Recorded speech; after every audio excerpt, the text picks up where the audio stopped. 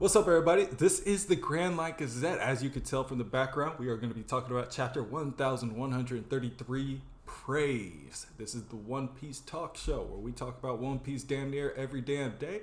That is Taddy Kev. My name is Corey. I'm from the Overlook where we record Marvel audiobooks. Check it out. I'll link it in the description. If you like audiobooks, if you like Marvel, check that out. Check out the Grand Line Gazette, YouTube and Twitch. Check out the Overlook on YouTube and Twitch. We will also be playing Marvel Rivals this week, so subscribe for more of that. In this video, we are going to be briefly discussing chapter 1133. This is the big chapter where Saul and Robin reunite, and there is quite the lead up. So, as always, we are going to start with the cover story. Kev, we have Hold'em back. Yeah, volume 20. We got Tama being held captive by Hold'em. We see Speed is off to the side, kind of defeated. It seemed like he may have just ambushed them. And then Yamato's probably... I mean, let's be honest. Yamato versus Hold'em, this fight's going to be over quickly. So I don't see him being the thief that we've been looking for this whole time. But we were talking about it before we started recording today. And, it seems like all of the main characters are still around. The Kaido kingdom has fallen, but the main pieces are still around causing issues. And yeah, they didn't just everybody didn't get scooped up and gone to jail. And yeah, it looks like he blitzed Speed a little bit, pun intended, but it looks like he burnt her to, like, basically he's the lion part of his grifter powers that just burnt her. She looks like she's not doing too hot.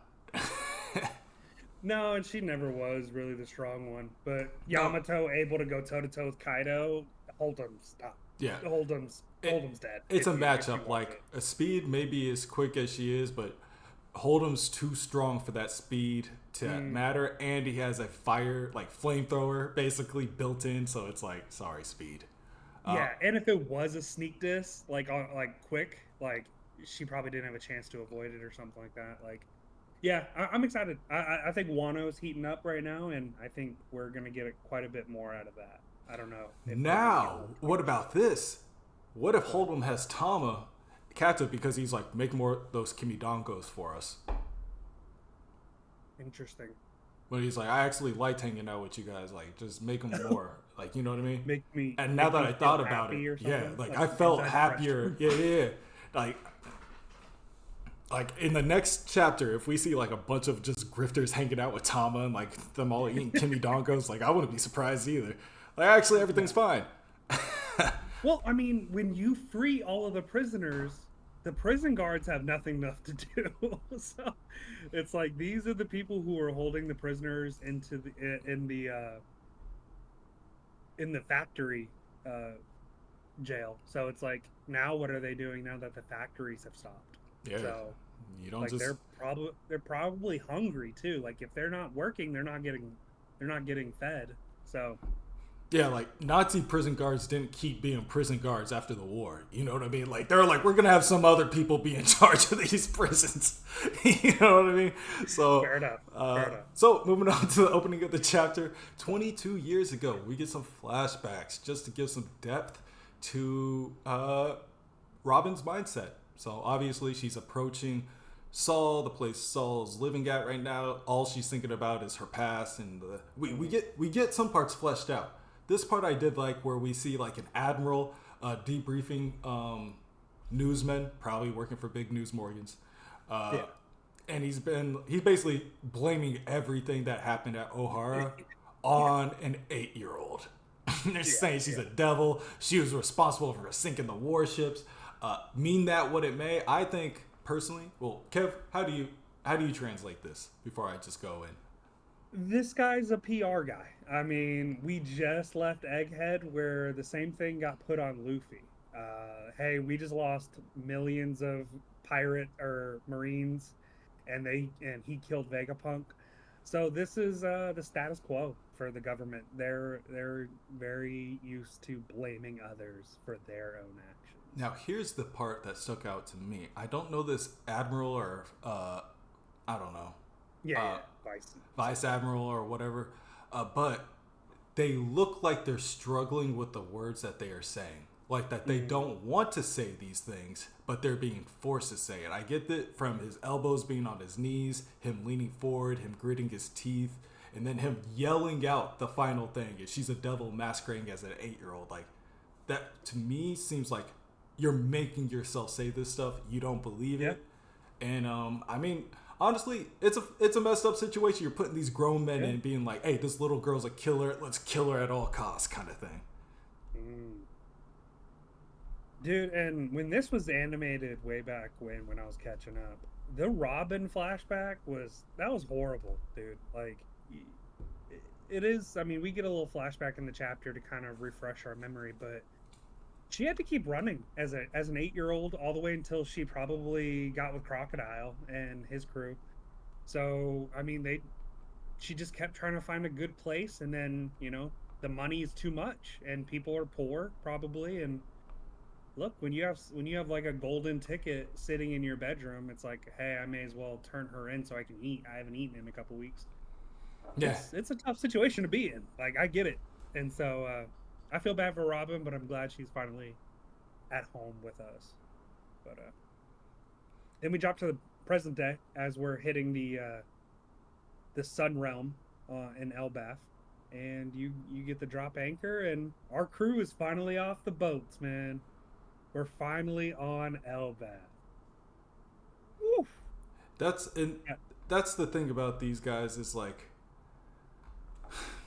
do you this journey to Elbaf? Do you think it's like symbolic for Robin at all? Because I feel like we're getting towards like the end of Robin's like arc with Saul, but I don't think we're putting enough importance on like what Elbaf means to her as like a finish line. Like as we go through this like flashback, we see like everybody's mistreating her. They're lying on her. They're raising her bounty. They're cheating her. They're sneaking her. They're cursing her. You know what I mean? Like, and then you just see the tree at Elbaf, and you see the waterfalls. You see the rainbow and everything like that. You see it. It's all just kind of bliss. Yeah. So I don't know, maybe like Robin and like the giants in the ancient knowledge, maybe there's like a connection that I don't know, that's like on the tip of my tongue that I just can't pinpoint, but I feel like there's something there. It can be very nostalgic as well. I mean, you have a lot of same characteristics. You have a huge tree, a vast wealth of knowledge, and as far as she probably felt at one time that O'Hara was untouchable. Nobody's going to come here. We're a bunch of nerds. We're a bunch of book readers. Nobody really cares about us. And then one day they just get obliterated. Elbaf is kind of in the same realm that I think is right now. She probably assumes that this is an untouchable place. And unfortunately, I kind of foresee that that's going to change as well. But it can be very nostalgic for her. I mean, she may finally feel that she's like safe, and she's about to see somebody that closes the circle. Like, I met him when I had so much trauma. He was my first friend who I've now grown, lost everything, gained so much. Now we're finally meeting again. It's probably going to be a really good animated episode. It doesn't really, I don't.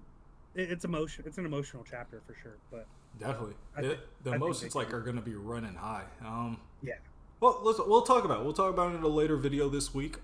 Just moving on to the portion where the Straw Hats all run into each other again. So, I mean, Straw Hats get there. They see ships riding on rainbows. You see ships riding on clouds. You see sea cloud. There's different types of clouds. All of them you can transport yourself on. Like all different kinds of natural occurring, I don't know what's called, resources, things.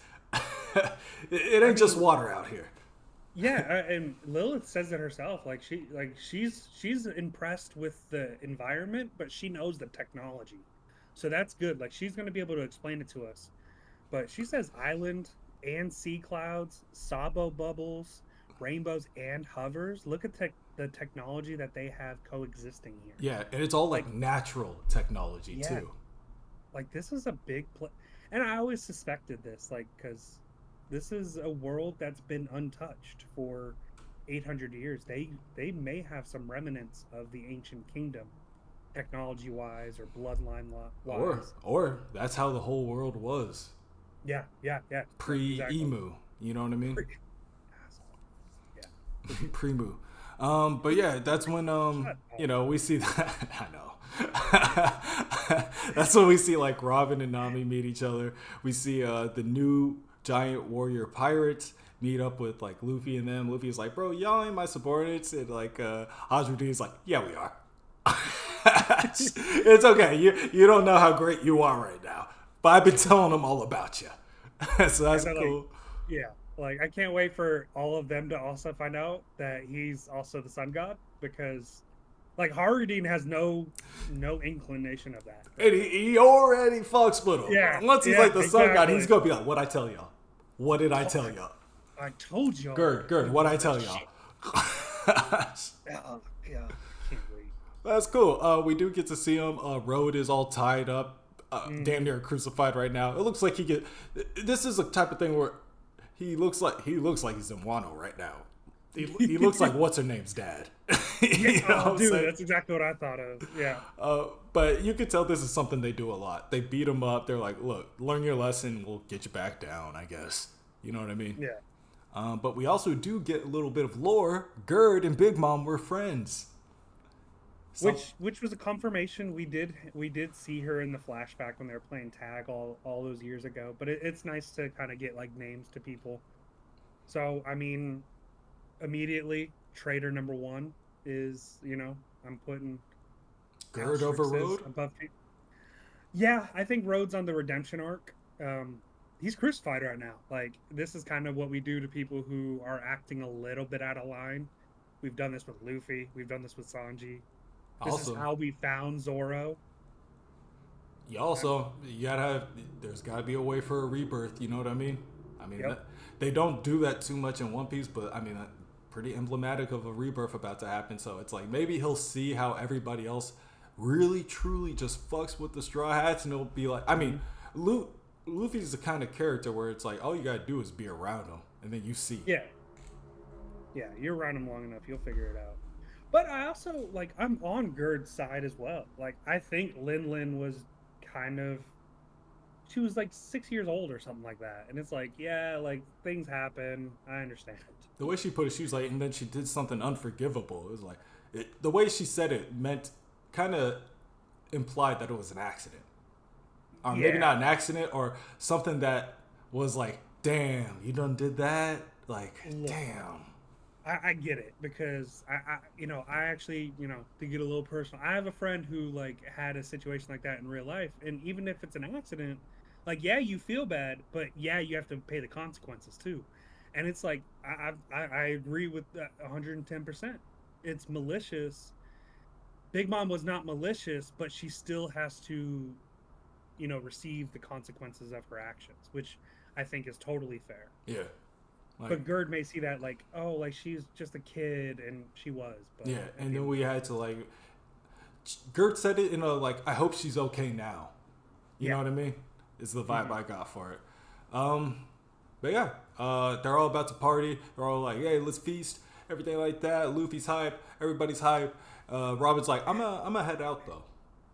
yeah, yeah, yeah, Luffy's like, "The fuck you will, not without us." yeah. We tried to hop in. It's like you said, "Nah, you ain't leaving us here. I know where you're going. I know He where you're said, going. You think I'm dumb? You think I'm dumb? You thought I want to remember?" "That's crazy." Come on, I'm Yeah, gonna go see like Saul. no, this isn't your reunion, bro. But let's take a second. This is Luffy trying to be like, kind of like the captain, It's which his is kind of progress. unlike him. It's his progress.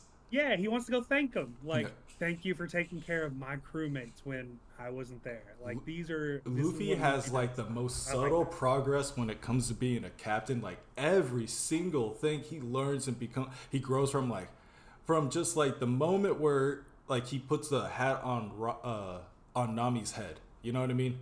Uh, Things that like Zoro checks him on.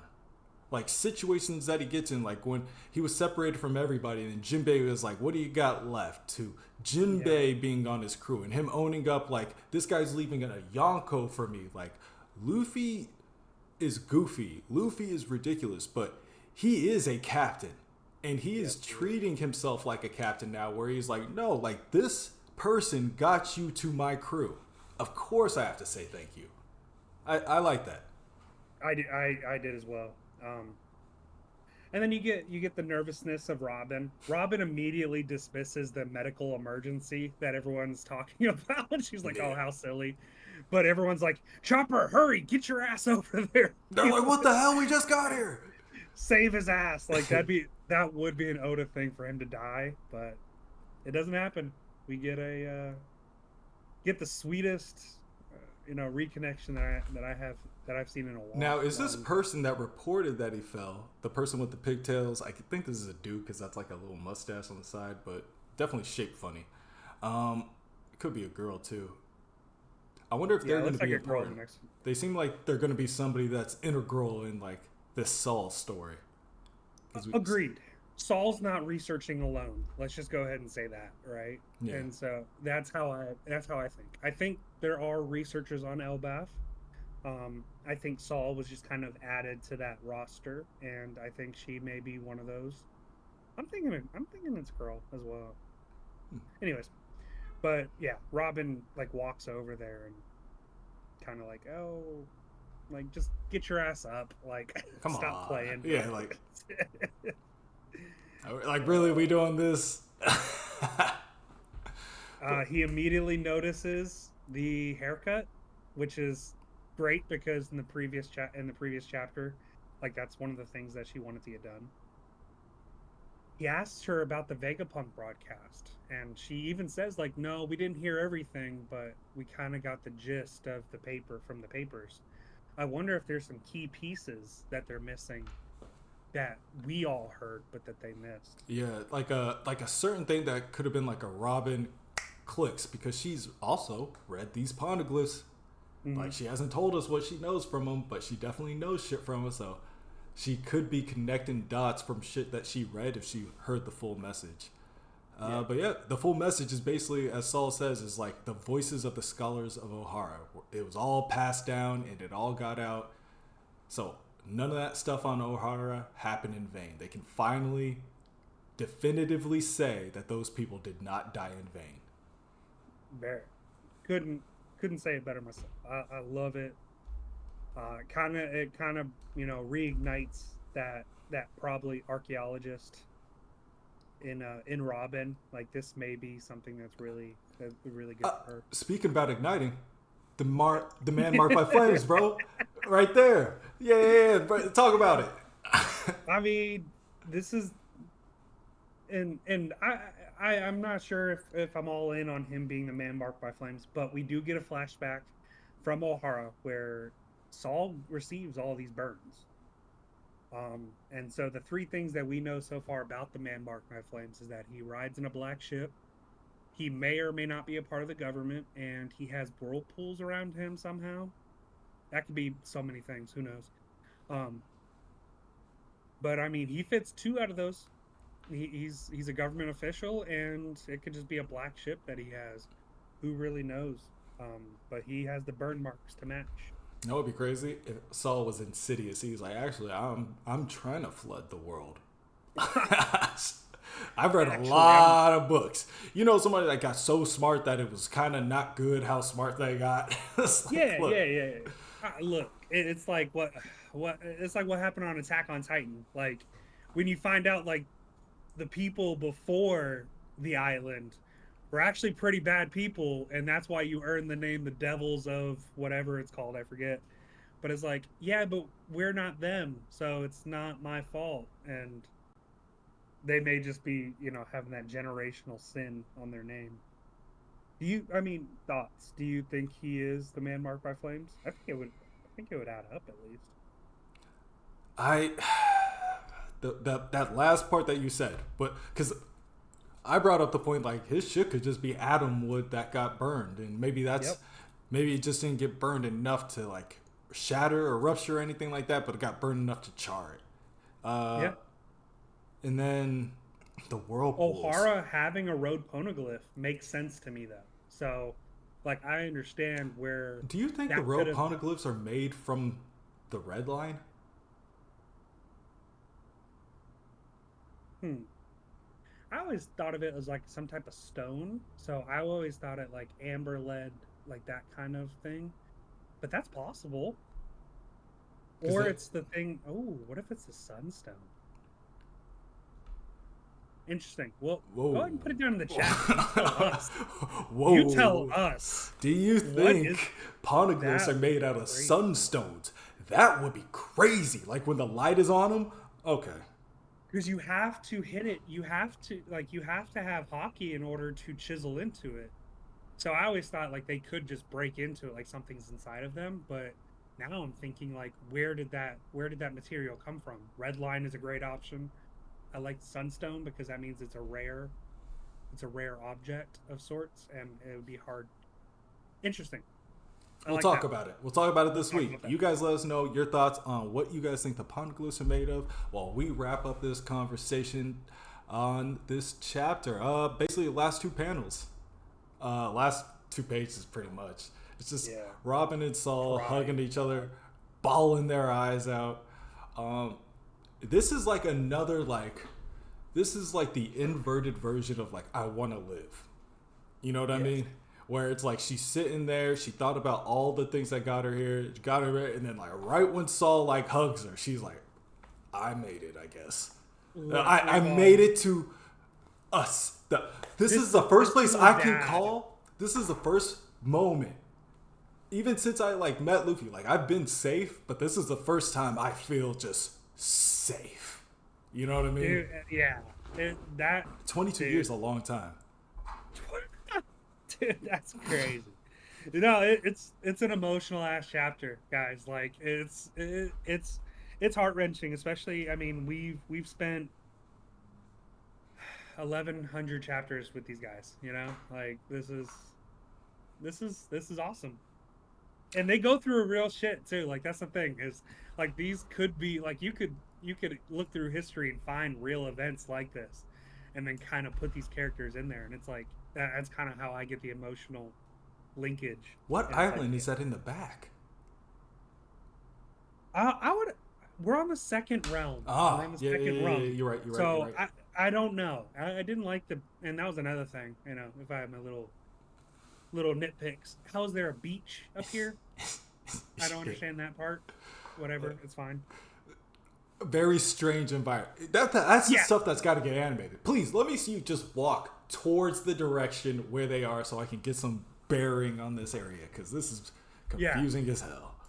Or give me like one of those little panels, like where you have like 4 people up here, and they're like, "Oh, okay, now I see where we're at." Like, give the overview. Good chapter though. Break next week, but it was an excellent chapter. I mean, it was heart wrenching as hell. Dude. Yeah. Like, ooh, this stuff. Yeah. How did you guys feel about the chapter? What kind of discussion topics did it make you guys think of? Let us know in the comments below. We will talk about some of them.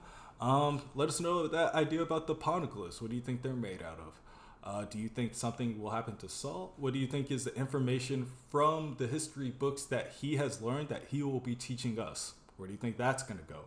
Because we already know everything about Vegapunk. From his message, there were a lot of holes. Which holes do you think Saul is going to fill? I can't wait for him to like just tell us like the little bit of information he has. Like, just He's make good. it make He's sense. He's gonna over exaggerate though. He's gonna be like, Robin, you will never guess what I found. I found a red poneglyph, and I was able to decipher a couple words, and then he's gonna be like, wait, you guys found 3 of those? he's gonna be Bro, so shocked. a magic conch shell? You mean like this? Like, yeah, bro. Crazy. Yeah, we got etchings already, bro. We got all of them. He's like, I found this conch shell. He's like, do you mean a tone dial? And then he like whips out one that like breathes fire. It's like, I'll just go sit down. It's like, yeah. Did you know you could put hockey in things? Yeah, we just found that out. But you know what? 25-minute mark. We're wrapping up the show. Thank you guys, and we will catch y'all next time. Peace.